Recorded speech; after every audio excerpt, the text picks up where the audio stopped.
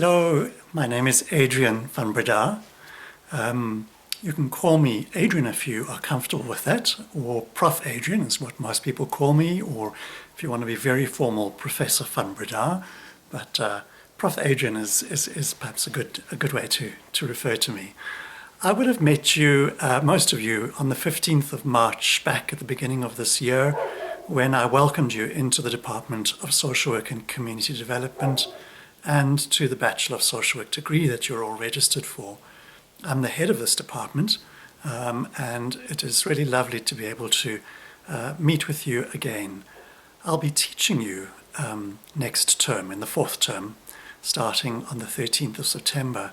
And so I thought I would just put together this short welcome and introductory video so that you know who I am. You may have seen some emails from me but forgotten what I look like.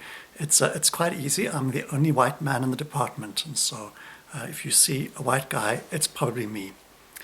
I'm sure that this year has been quite a sort of challenging year for you because you may have come to UJ expecting to be on campus and in class, and to be able to join the social clubs at the university and spend time hanging out with your friends on campus. And unfortunately with COVID, a lot of that has had to fall by the wayside.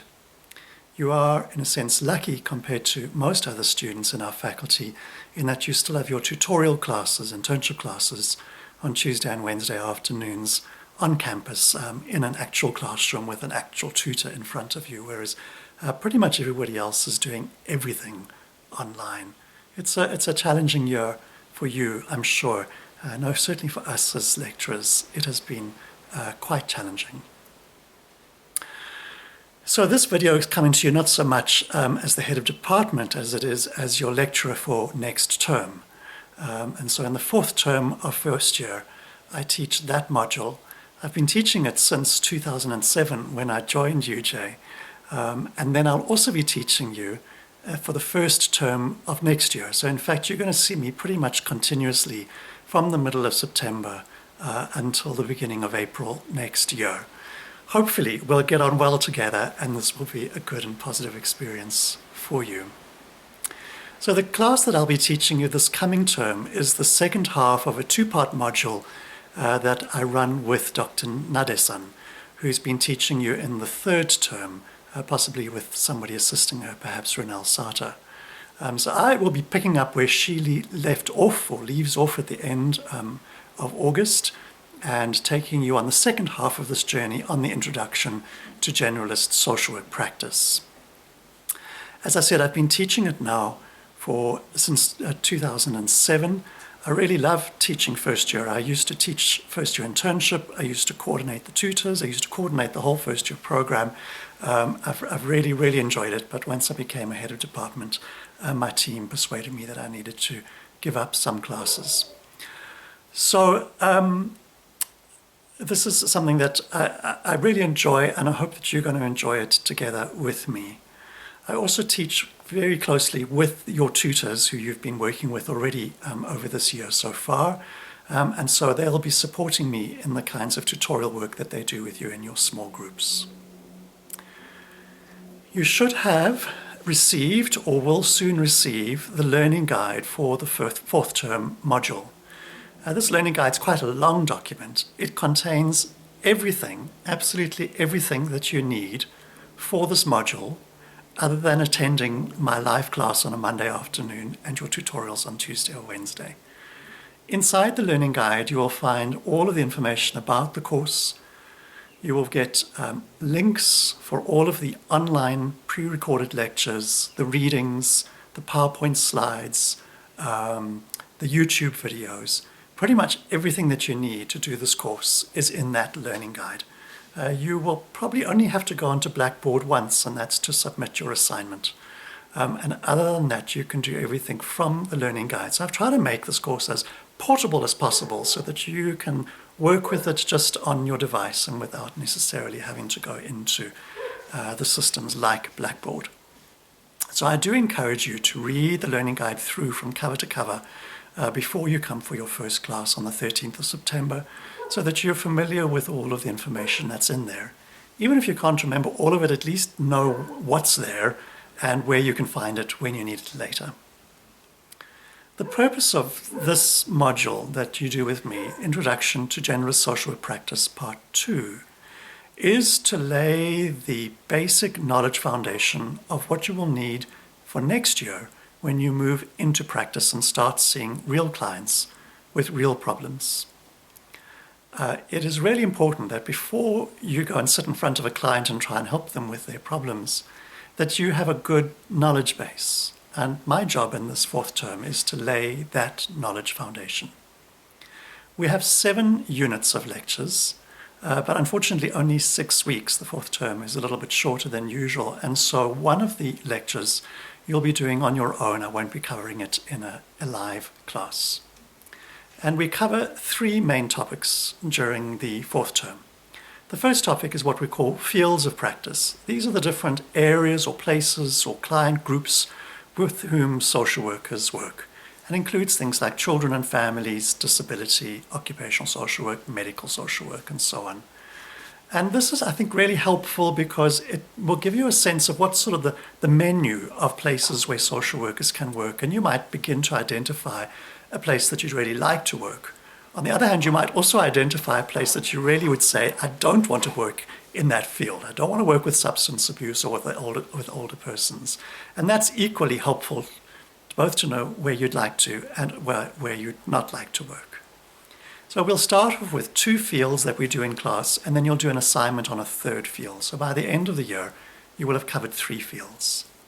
The second topic that we covered is what we call generalist social work practice and the generalist intervention model. This is the foundation of everything that we do at the University of Johannesburg.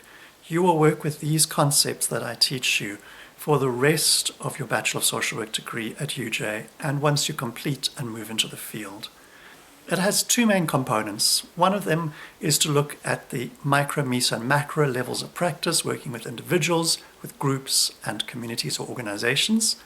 And secondly, we look at the plan change process, which is a generic, general helping process that you can use at all 3 of those levels. With any client, with any kind of problem, the plan change process will provide you a good roadmap or recipe of how to do social work.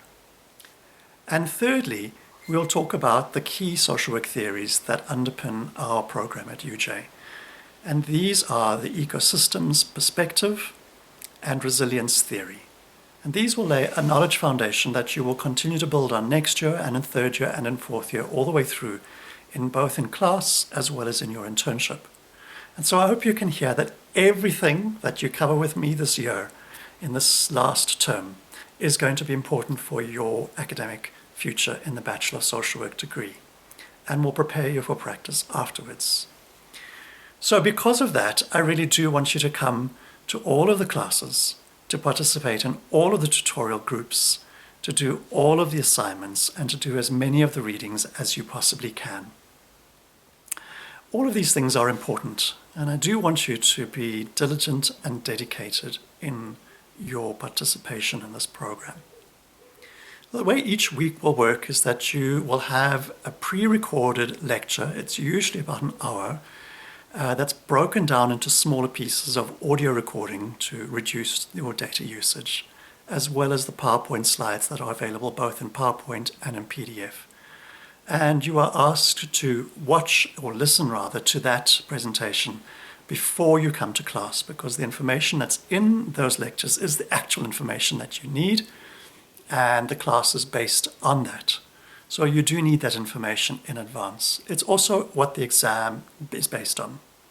And then in class, which we have on Monday afternoons, we will take some of those ideas that were covered in the online lecture that you've already prepared, and we'll unpack them in a bit more detail. We'll look at what they mean in practice, we'll debate them, we'll criticize them in terms of decolonial and African theory, and then we'll begin to pull them through to practice implications.